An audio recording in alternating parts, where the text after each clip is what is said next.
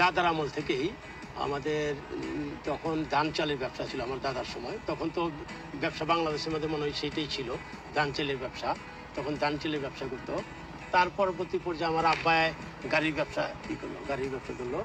এটা মনে হয় 1960 সনে, আমার জন্মের আগে আর কি। তখন ট্রাক ছিল, তখন তার এই ধরনের গাড়ি ছিল না। তখন তো ওই পারাপার ছিল, ওই আরিচা ফেরি, নরহাট ফেরি, সাভার ফেরি, গাবতলী ফেরি।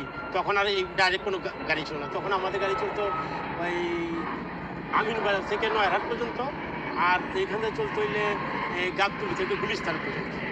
সেখান থেকে আমাদের ব্যবসা আরম্ভ হয়। তো আপনার আব্বা তো হলেন, ওনার নাম ছিল? আমরা দুই ভাই দুই বোন। হ্যাঁ, তো ওনারা কি ব্যবসার সঙ্গে হ্যাঁ, এটা আমার ফাদারের ব্যবসায়ী, ফাদারের ব্যবসায়ী আমরা করি। আমরা দুই ভাই আছি, আমরা দুই ভাই দেখি এটা ব্যবসাটা। সব হানিফ পরিবহন ছাড়া আর কি কি ব্যবসা আপনাদের আছে? আমাদের পেট্রোল পাম্প আছে, কোল্ড স্টোর আছে, ব্রিক ফিল্ড আছে, হোটেল আছে। এই হানিফ পরিবহন তো নাম করা বাংলাদেশের। হানিফ পরিবহনের এখন আপাতত রুটে কতটা বাস আছে? এবং এখন 550-র মতো আছে। হ্যাঁ, কোনো এক সময় আমাদের এই সরকার, এই স্বৈরাচারী সরকার আসার আগে ছিল আমাদের প্রায় 1000-এর মতো। তখন আমরা আস্তে আস্তে কমাইছি।